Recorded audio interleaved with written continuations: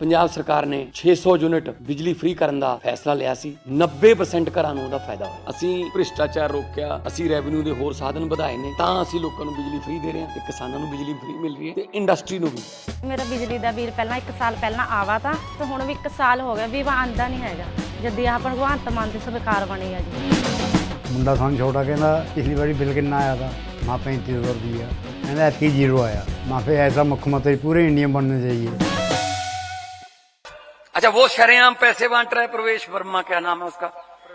हाँ, तो वो दिखता ही नहीं है, नजर ही नहीं आता इनको। वो ट्वीट करके पैसे बांटता है कि आज मैं यहां पे पैसे बांटूंगा, तो उसका तो ध्यान नहीं है। भगवंत मान के घर पे रेड कर लो, केजरीवाल के घर पे रेड कर लो, सौरभ भारद्वाज को पकड़ लो, इसको नोटिस भेज दो, इसको हम ही रह गए अपराधी भाई साहब। हमने बिगाड़ा क्या है देश का? हम तो अच्छे वाले काम कर रहे थे अपने अपने। कोई वकील था, कोई मैं कलाकार था, कोई पत्रकार था मनीष सिसोदिया जैसे। हमें क्या जरूरत थी?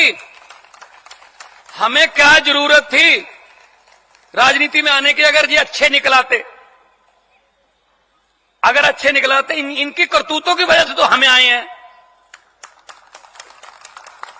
हमें पैसे कमाने में अपनी अपनी जगह पे हम पैसे कमा रहे थे, हम कमा सकते थे अपने अपने प्रोफेशन से, लेकिन पैसे तो कमा रहे थे, लेकिन सामने देश लुटता नहीं देख सकते थे हम।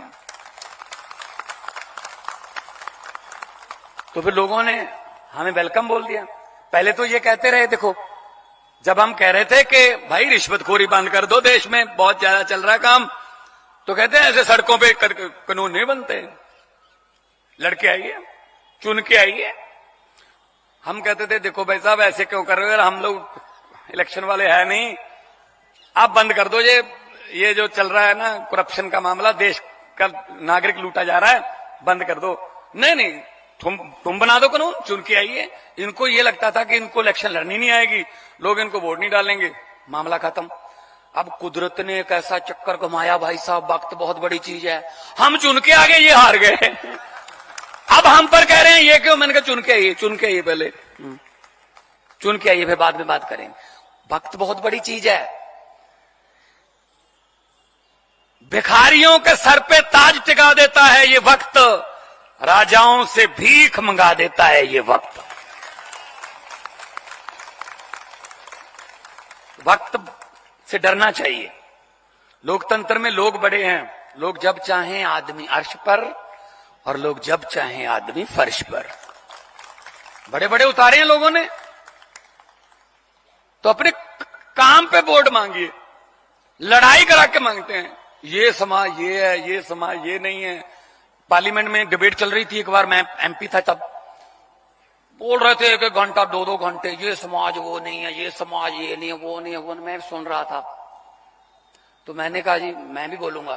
रात के 9:30 बज गए थे तब तक। तो स्पीकर साहब कहने लगे नहीं, छोटी पार्टी को टाइम नहीं मिलेगा, बिल पास करना है।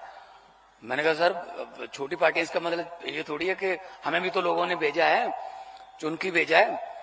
तो कहते नहीं। मैंने कहा सर 30 सेकंड।